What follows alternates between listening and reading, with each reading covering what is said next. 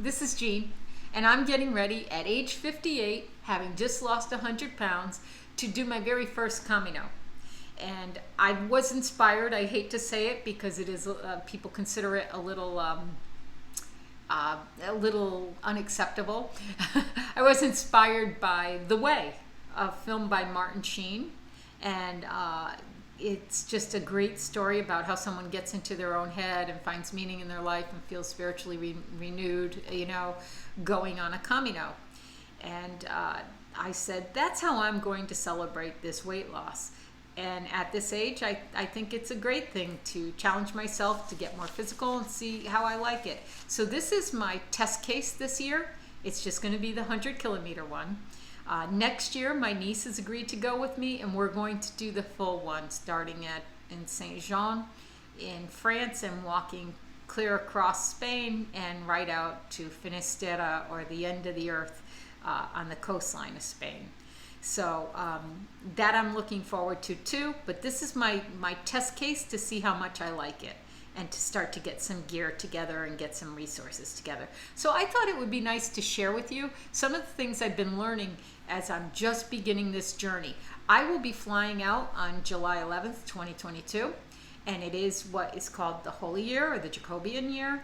And that means there are lots of great festivities in town, and I've made sure that the week of the Fest of Santiago, St. James Fest, I'm going to be right in Santiago de Compostela, spending 4 days participating in all the festivities, beginning with the midnight fireworks, and going through the street parades and the street food, the street fairs, all that. It's just going to be a lot of fun for me to go during the Holy Year. Luckily, the Pope extended this. Last year, they didn't get many people on the Camino, so it should have been Holy Year last year. I believe it's anytime St. James Feast Day falls on a Saturday, and that would have been last year. This year, it falls on a Sunday, but they're going to extend it. The Pope decreed. So I'm taking advantage of that. So when I was trying to decide if this is really for me, the first place I turned was Facebook groups. And because I had a doubt of what my endurance level would be for hiking with a pack, I've never done that before, I immediately found a group that sounds right for me at my age and my fitness level. It's called Slow Strollers, upside down. It's called Slow Strollers on the Camino. And I thought it was a good place for me to ask some questions where I wouldn't be embarrassed on this Facebook page. Like, what about if I only want to walk 7.5 miles one day? What's a good stopping point instead of the traditional stage 15 kilometers or 22 kilometers out that most people would stop? And these people had the information I was looking for. Also things like, what about if my pack gets too heavy? And through them, I found out that, there are services. You could use Correos, the Spanish postal service, to deliver your backpack to your next destination, or a suitcase to your next destination, meaning your next hotel that you're going to stay at overnight, or your next albergue, whichever way you're going. Albergue is a hostel for those of you that want to stay that way. Or that you can use a service called Camino Easy or Camino Fácil to move your pack ahead. So, and then you walk with a day pack instead, which is very light. So all these kinds of things, whether I need trekking poles, whether I don't. I found all this information through Slow Strollers on the Camino. And I also got very enraptured by videos by a fellow member there named Jim Fazio, who posts YouTube videos of his trek, and he does it very, very nicely. He has a beautiful Spanish finger-picking guitar music in the back on the classical guitar, as you're watching these gorgeous images unfold before you as they're on their hike. He interviews people along the way.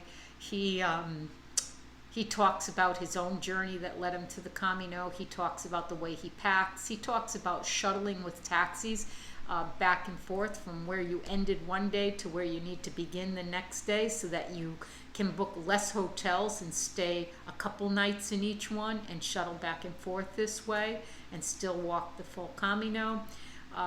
He even gets down to which rain pants are best dealing with the weather. So he was a great resource, and I truly enjoyed his videos.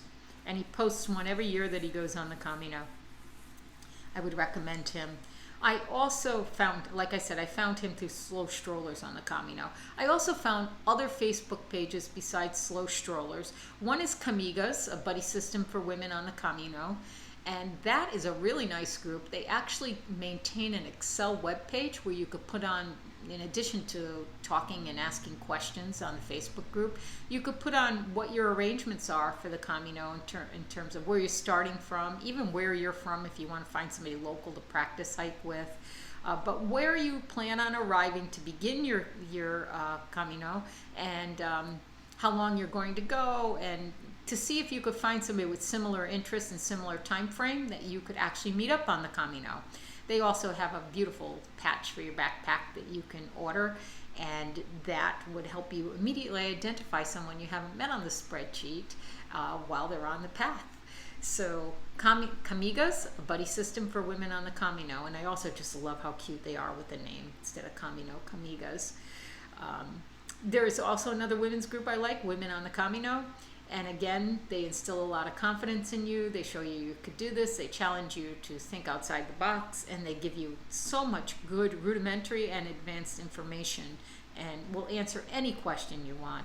And also I found the umbrella organization for the local chapter near me, which is housed in New York. I'm in Connecticut, called American Pilgrims on the Camino, which do incredible mentorships in their local chapters through events they have all over the country.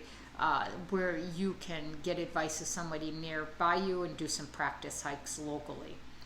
Those would be the major ones that I recommend. I've also spent some time on Camino de Santiago 2022 just so that I can make sure I'm getting the most up-to-date information, particularly seeing as COVID had impacted things.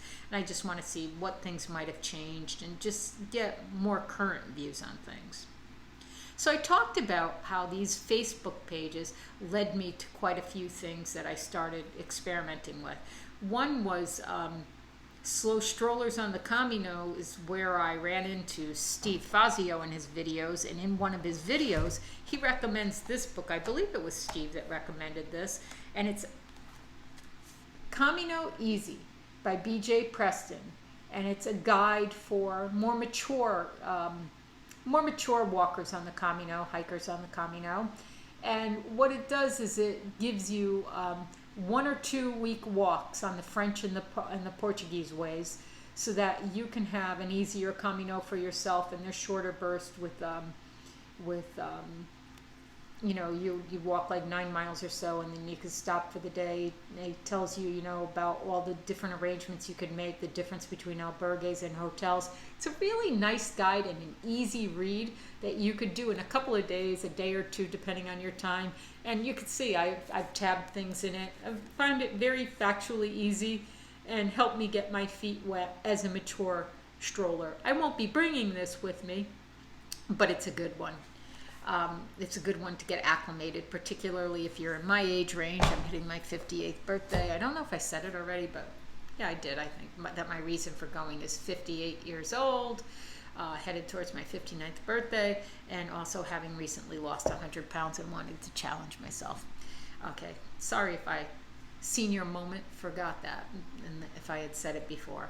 But this is the guide that I found through one of the other Facebook pages when I kept asking people, what's the best guidebook? People were talking about the Village to Village guide, and this one is particularly handling the Frances, and it's called Camino de Santiago, Village to Village guide.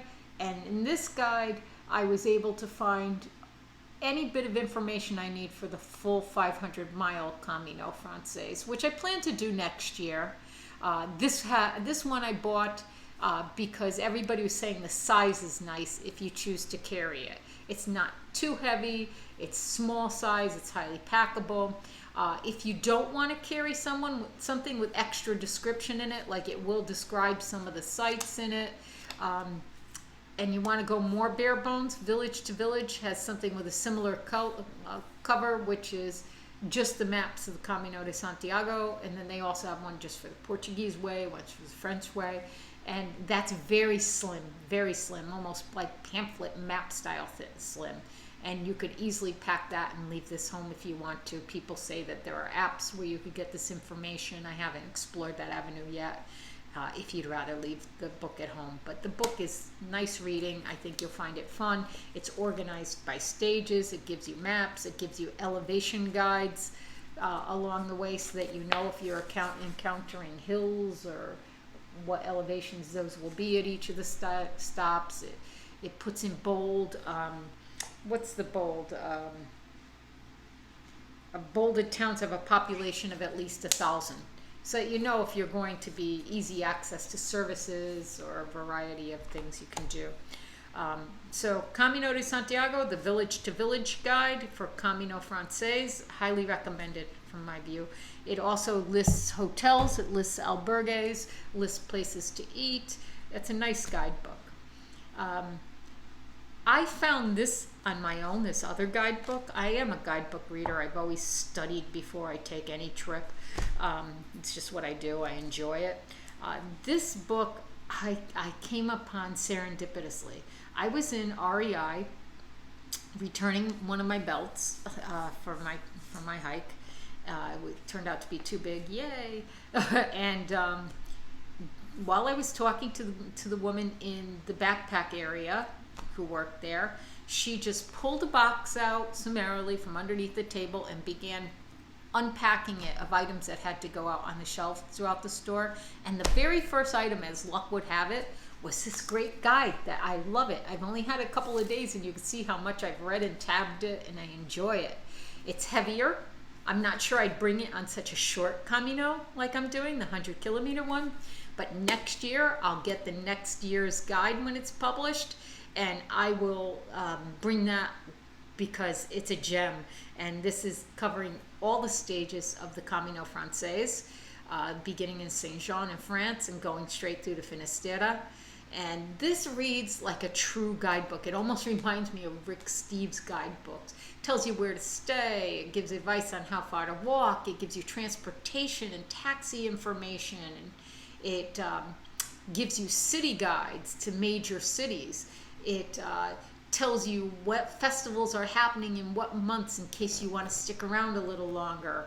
It gives you tips for if you're a mature traveler like myself, or if you're LGBTQ, and it will tell you what you might encounter.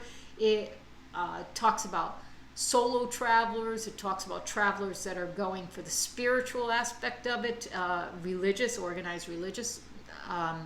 organized religion-wise, or people that are just going for their own headspace. So it meets a lot of needs. It has detailed fold-out navigation maps.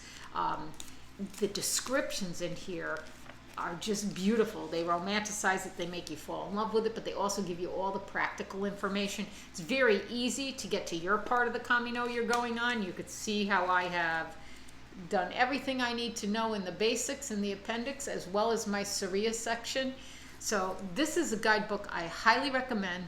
And one thing I looked at all along is whether or not the guidebooks I were buying were recently published. And this one was hot off the presses, the Moon Guide.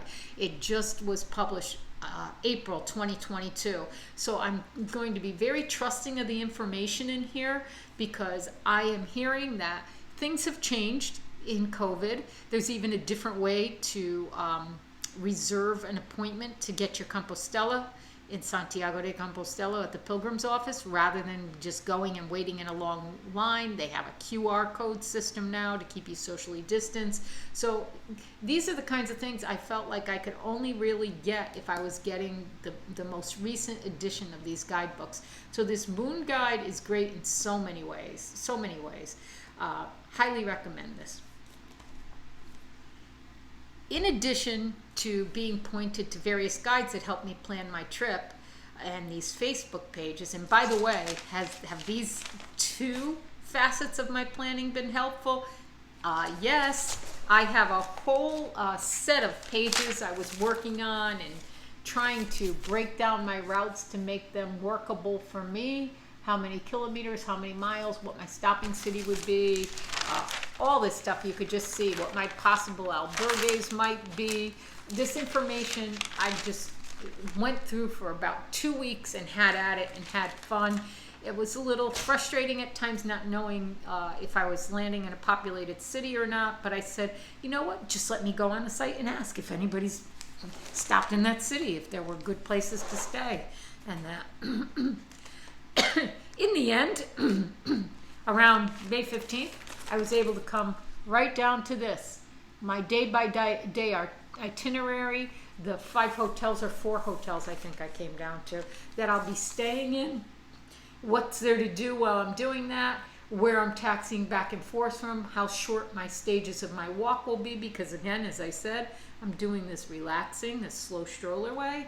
And I ended up getting all that information both from my Facebook groups by asking appropriate questions, but also from my Camino books.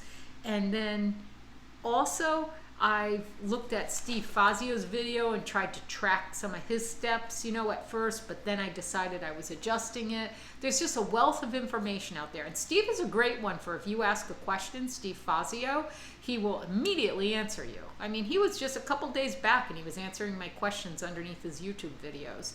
And in the Camino group I was in with him. I would say that 3 other people that I'm loving on YouTube have been wonderful sources for me, and it just started with luck of the draw. Like I was querying YouTube to see how to find out which backpack to buy and which shoes to buy, and I ran into some people that have a lot of content on there, and I have what I'm calling my holy trinity. There's 3 people I love that have done this with various perspectives. We've got Wanderlusting Lawyer, we've got Camino Guide, and we've got Nadine Walks, 2 women and a man. All of them have done multiple Caminos. Nadine does it in the summer, like I'll be doing it, so she really got me off of my underconfidence about whether it would be too hot or oppressive for me to walk distances with a pack. She talks about her light packing lists. She talks about how she packed on her very first Camino in 2014 to what it looks like today. Then there's Wanderlusting Lawyer, who gives you all sorts of great tips about gear, about doing your laundry, about reservations, about which route to take. Camino Guide does the same thing. He's quite a guy. I found him because I was looking at, you know, alleviating some of my fears about having been overweight for so long and recently into fitness, and whether or not going backpacking in the heat of July on the Camino, while I still have about 30 more pounds to lose to be at goal weight, was a good idea for me, if I would be able to do this, you know. And I found Camino Guide. I believe his first name is Josh, and he's been taking groups on the Camino forever. And the beautiful thing is he shows you clips of himself and videos of himself, pictures of himself, when he has walked at all different kinds of weights, topping out the scales to trim. He really helps you believe you can do this. Anyone can do this. And he really gave me my confidence. And I enjoyed his no bones about it videos on shoes and how to arrive at the pair that's best for you, how to break them in. And the joy for me is I was walking around thinking of these 3 people as my holy trinity, Wanderlusting Lawyer, Camino Guide, and Nadine Walks, and they found each other. And lo and behold, they're doing joint videos now, the last couple of months, I believe it has been since they became affiliated. And they're also doing things like planning to talk about the same topic in each of their independent YouTube channels, so that you could see all 3 of their perspectives and compare them at the same time. And sometimes they come together, 2 of them or all 3 of them, and they do a joint video. So again, I can't recommend any more highly Wanderlusting Lawyer, Camino Guide, and Nadine Walks for some great information on YouTube. If you can't find it in those 3 channels, I don't believe it's easy to be found anywhere. So I highly recommend them. So right now, I'm going to close this video. I think 20 minutes is sufficient for my first video. The next time I talk to you, maybe I'll know where to look in the camera a little better because I'll be more experienced at doing a video. But I intend to talk to you next time about my backpack and how I made the decision about Three important things: backpack, socks, and shoes. Okay, so that'll be my next one, and I hope you will look for it. Thanks so much. This is Jeannie signing off.